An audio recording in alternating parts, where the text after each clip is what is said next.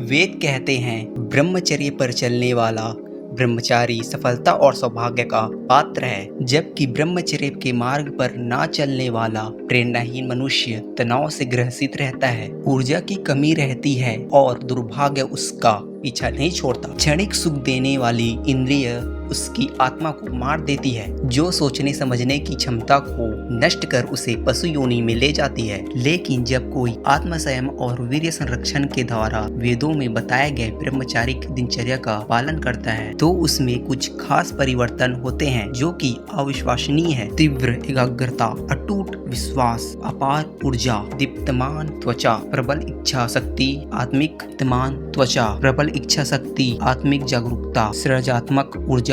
यह तो बस कुछ उदाहरण है, मतलब आप नाम लेते जाओ और सूची जारी रहेगी। परंतु मैं समझाता हूँ कि आपने कई बार ब्रह्मचर्य पालन करने की कोशिश की है, लेकिन 3 या 4 दिन या अधिकतम 1 सप्ताह से आगे आप नहीं बढ़ पाए। यही कारण है कि मैंने वेदों के सार पर आधारित एक ऐसी दिनचर्या तैयार की है जिसे सरलता से अपनाकर आप ब्रह्मचर्य का पालन कर सकते हैं, भले ही आप बुरे आदतों के कितने भी गहरे शिकार क्यों ना हो। चलिए सबसे पहले बात करते हैं वीर्य संरक्षण की, जो ब्रह्मचर्य के कई पहलुओं में से सबसे महत्वपूर्ण पहलू है। 60 बूंद रक्त से केवल 1 बूंद वीर्य बनता है। आयुर्वेद के अनुसार वीर्य वह अंतिम धातु है जो भोजन से बनती है। यह क्रम इस प्रकार है: भोजन से रस बनता है, रस से रक्त बनता है, रक्त से मांस बनता है, मांस से मेद, मेद से अस्थि यानी हड्डी बनती है, अस्थि से मज्जा और तब जाके कहीं मज्जा से वीर्य बनता है। हमारा वीर्य सार है, इन सप्त धातुओं से प्राप्त होने वाला अंतिम और सबसे शुद्ध धातु। जिस प्रकार एक वृक्ष रस को खींचता है, यही रस उसकी टहनियों, शाखाओं, पत्तों, फूलों और फलों में प्रवाहित होती है। उसी तरह लगभग 1 सप्ताह या उससे अधिक समय तक पौष्टिक भोजन करने के बाद ही वीर्य का निर्माण होता है। इसे संरक्षित न करने का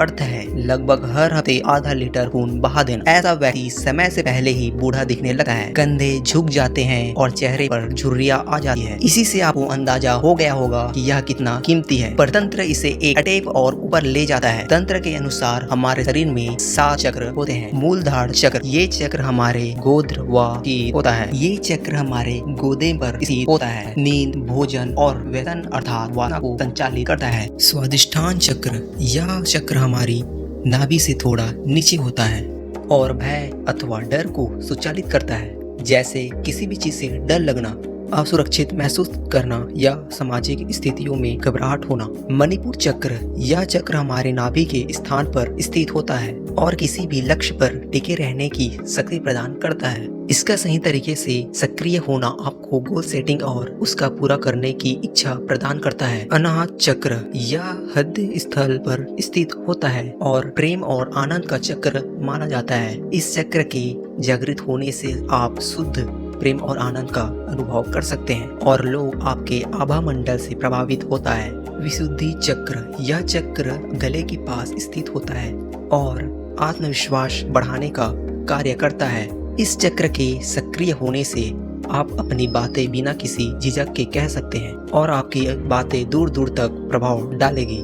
आज्ञा चक्र, यह चक्र भ्रिकुटी मध्य यानी 3rd आई पर स्थित होता है, जैसे कि नाम से ही स्पष्ट है। यानी इसके माध्यम से आप यूनिवर्स को जो आज्ञा दोगे वो आप उसका पालन करेगी। इन 6 चक्रों में से नीचे के 2 चक्र यानी मूलधार और स्वादिष्टना पशुवृत्ति के चक्र हैं। इन्हें तामसिक और नकारात्मक प्रवृत्तियों से जोड़ा माना जाता है। वही तीसरे चक्र यानी मणिपूरक से जैसे जैसे ऊर्जा ऊपर उठती है, साधक पशु से परमात्मा में रूपांतरित होने लगता है। तंत्र के अनुसार आपका वीर्य जिस चक्र में स्थित होता है वही चक्र सक्रिय रहता है। वही आपके जीवन शैली, सोच और कर्मों को प्रभावित करता है। यानी वीर्य का स्थान ही तय करता है कि आपके भीतर कौन सी शक्ति मुखर होकर प्रकट होगी। अगर यह मूलधार में है तो व्यक्ति सदा शारीरिक सुख और भोजन और वासना के पीछे भागता है। अगर यह स्वादिष्टान से है तो व्यक्ति समाज के भय से जीता है। लोग क्या कहेंगे, यह डर उसकी दिशा तय करता है। लेकिन अगर आपने वीर्य को मणिपुर तक उठाने की अवसर दे दिया तो वहां से जीवन में लक्ष्य चयन और उस लक्ष्य को पूरा करने की शक्ति प्राप्त होती है। फिर जैसे जैसे ऊर्जा अनाहत चक्र पर पहुंचती है, प्रेम और करुणा का जागरण होता है और यज्ञ चक्र पर विचारों में स्पष्टता उत्पन्न होती है।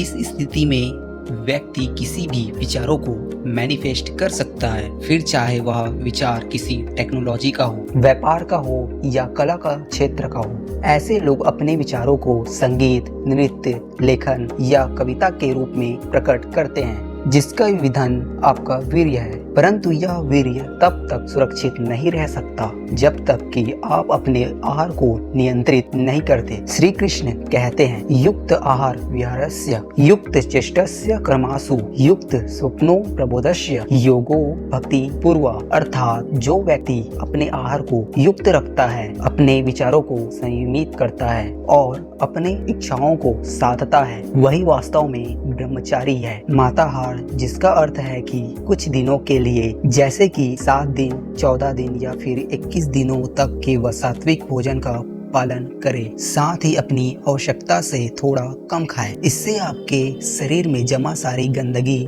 विषैले तत्व और अनावश्यक उत्तेजनाएं समाप्त हो जाएगी। आप अनुभव करेंगे कि आपका चंचल शरीर अब शांत हो रहा है और इसके साथ साथ सप्ताह में कम से कम 1 दिन का उपवास अवश्य रखें, चाहे तो उस दिन फलाहार कर सकते हैं। इससे आपका आहार संतुलित हो जाएगा और ब्रह्मचर्य का पालन करना सहज बन जाएगा। लेकिन आहार केवल पहली सीढ़ी है ब्रह्मचर्य के मार्ग पर। अगला कदम है विषयों का त्याग। विषय यानी जो कभी आपके इंद्रियों को बार बार खींचती है, जैसे कि अधिक सोच यानी ओवर थिंकिंग, अनावश्यक बातें जैसे कि विवादों यानी कंट्रोवर्सी से दूर हो जाए। इन सभी चीजों से अपनी ऊर्जा और ध्यान हटाकर किसी डिस्कशन और उसके इम्प्लीमेंटेशन में लगा दे, क्योंकि आपका ध्यान जहाँ जाएगा ऊर्जा वहीं प्रवाहित होगी। इससे आपके विचार शुद्ध होंगे, मन एकाग्र रहेगा और आपकी वीर्य ऊर्जा रचनात्मक कार्यों में लगेगी। यही ब्रह्मचर्य है, एक ऊर्जा का संरक्षण और उसका सही दिशा में उपयोग, जो तीसरे चरण अर्थात योग अभ्यास द्वारा रूपांतरित होता है। सिद्ध आसन, मूल बंध और प्राणायाम, यह कुछ ऐसी क्रिया है जिससे यौन ऊर्जा को आध्यात्मिक ऊर्जा या ऊर्जा शक्ति में रूपांतरित किया जाता है। जब यौन ऊर्जा को योग अभ्यास के माध्यम से ओजस या आध्यात्मिक ऊर्जा में बदला जाता है तो इसे सब्लिमेशन कहते हैं, जिसका अर्थ दमन या दबाव का तरीका नहीं है, बल्कि यह एक सकारात्मक, सक्रिय और ऊर्जामयी परिवर्तन की प्रक्रिया है। इसमें यौन ऊर्जा को नियंत्रण कर उसे बचाकर उसे हायर डायमेंशन की ओर मोड़ दिया जाता है। जिसके पहले स्टेप यानी सिद्ध आसन में आपको कुछ इस पोज में बैठना है। गुदा द्वार और मूत्र इंद्रिय द्वार के बीच में बाएं पैर की एड़ी होनी चाहिए और इसके ऊपर यानी अपने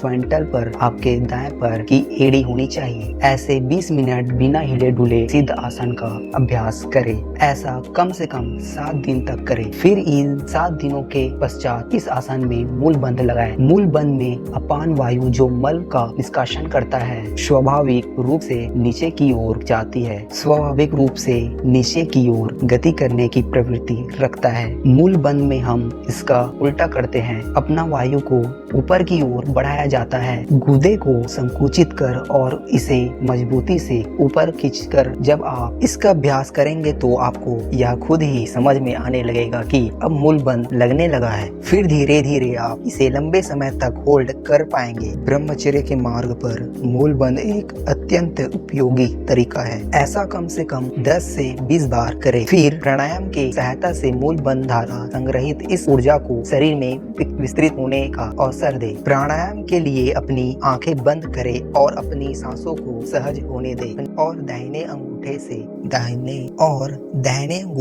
दाहिने नाथुने को बंद करें और बाएं नाथुने से हवा अंदर खींचे। कम से कम 4 से 5 सेकंड तक इस हवा को रोक के रखें। फिर दाहिने छोटी उंगली से बाएं नाथुने को बंद करें। बंद करते हुए हवा को दाहिने नाथुनों से बहुत ही धीरे धीरे श्वास बाहर छोड़ें। इसे अनुलोम विलोम या नाड़ी शोधन प्राणायाम कहते हैं। सुबह और शाम कम से कम 10 मिनट इस प्राणायाम का अभ्यास करना है। इससे आप देखेंगे कि आपकी वीर्य ऊर्जा शक्ति में रूपांतरित हो पूरे शरीर में फैलने लगी है। पर कोई भी अभ्यास बिना उचित दिनचर्या के विफल है। इसीलिए मैंने वेदों के सार और मॉडर्न साइंस पर आधारित एक ऐसी दिनचर्या तैयार की है जो एक ब्रह्मचारी के लिए अत्यंत और सुलभ है, जिसका पहला चरण आपके समय का प्रतिबंधन है। हम में से अधिकांश लोग एक डिस्ट्रैक्शन भरे युग में जीते हैं। फोन में बजने वाला हर नोटिफिकेशन आधुनिक युग की अप्सराएं हैं जो आपके ध्यान को खींच लेती है और आपकी आत्मा को निर्बल कर देती है। दरअसल हमारे चेतना पूरे दिन के दौरान इन 3 फेज से गुजरती है। पहला फेज है जब आप आलसी होकर बिस्तर पर पड़े रहते हैं और माइंडलेस कंटेंट कंज्यूम करते हैं, व्यर्थ का भोजन करते हैं और सिर्फ मजे के लिए जीते हैं। इसे तामसिक प्रवृत्ति या गुण कहते हैं। इसमें व्यक्ति किसी ज़ॉम्बी की तरह अपने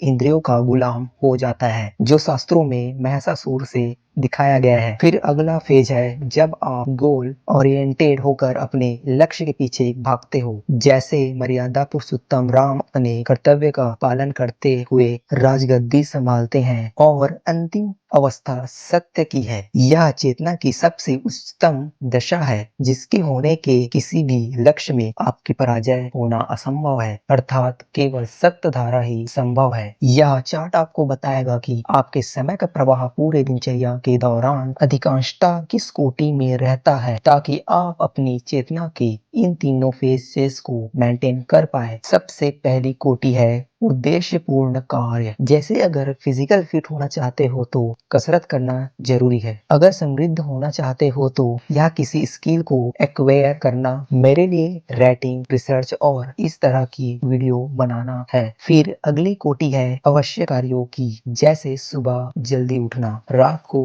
सही समय पर सोना, उचित डाइट फॉलो करना, मेडिटेशन, एक्सरसाइज और प्राणायाम करना। यह वो कार्य है जो आपको उद्देश्य पूर्ण कार्य के लिए तैयार करता है। फिर अगली कोटि है अनावश्यक कार्यों की, जैसे साफ सफाई करना, ग्रूमिंग, वैसे कार्य जो आपके उद्देश्य में बहुत कम या नाम मात्र कंट्रीब्यूट करते हैं। अंतिम कोटि बाधाजनक कार्य है, जैसे बेफुजूल में दोस्तों के साथ समय बर्बाद करना, निम्न कोटि का कंटेंट कंज्यूम करना, दिमाग को स्टिमुलेट करने वाले जंक्स फूड खाना। यह वैसे कार्य है जो आपको उद्देश्य पूर्ण कार्य से दूर करता है। अगर आपका अधिकांश समय नीचे के इन 2 श्रेणियों में बीत रहा है, तो इसका अर्थ है कि आप तामसिक प्रवृत्ति में जी रहे हैं, अर्थात केवल आपके लोअर चक्र की गतिमान है। अगर ऊपर के इन 2 श्रेणियों में बीत रहा है, तो आपको समझ लेना चाहिए कि आप सात्विक और राजसिक गुण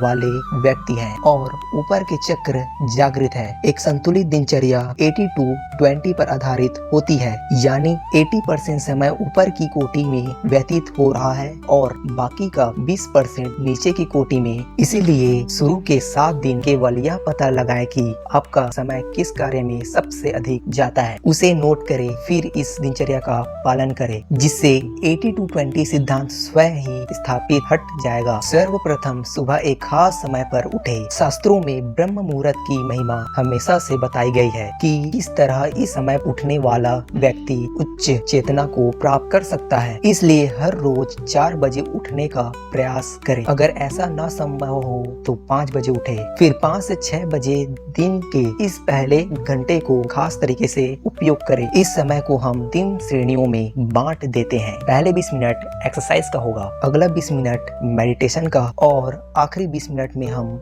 अपने दिन की प्लानिंग और गोल सेटिंग करेंगे। पहले 20 मिनट आपको ऐसा एक्सरसाइज करना है जिससे अधिक से अधिक प्राण वायु आपके शरीर में आ सके कर। इसीलिए सुबह उठकर आप 20 मिनटों के लिए दौड़ लगा सकते हैं। फिर अगले 20 मिनट में 10 मिनट अनुलोम विलोम और फिर 10 मिनट मूल बंध लगाने का अभ्यास करें। फिर आखिर के 20 मिनट में इस चार्ट के जरिए अपने उद्देश्य पूर्व कार्यों को लिखे कि वो कौन सा कार्य है जिसे करने पर वो आपको आपके लक्ष्य की ओर ले जाएगा। इसके बाद अपने जरूरी कार्यों को लिखें कि वो कौन सा कार्य है जो आपको उद्देश्यपूर्ण कार्य करने में सहायता करेगा, जैसे कितने देर फोन चलाना है, इसे लेकर कितने बजे सोना है, दिन में कब कब मेडिटेशन करना है। इसके बाद अगली श्रेणी में आप अपने डे टू डे लाइफ के कार्यों को लिख सकते हैं। फिर आखिरी श्रेणी यानी बाधाजनक कार्यों में आपको यह चयन करना है कि ऐसी कौन कौन सी चीज है जो आपको आपके गोल से डिस्ट्रैक्ट करती है, जैसे सोशल मीडिया और दोस्तों से बातचीत। और इसमें केवल लिमिटेड समय सुनिश्चित करें कि कब आप सोशल मीडिया और दोस्तों से बातचीत करें। फिर रात्रि को कम भोजन करना है और अपने फोन को सोने से 2 घंटे पहले बंद कर देना है और इस दिनचर्या का पालन करना है कम से कम 21 दिन के लिए। आप देखेंगे कि आपका जीवन रूपांतरित हो चुका है। अगर आप इस दिनचर्या को फॉलो करते हैं तो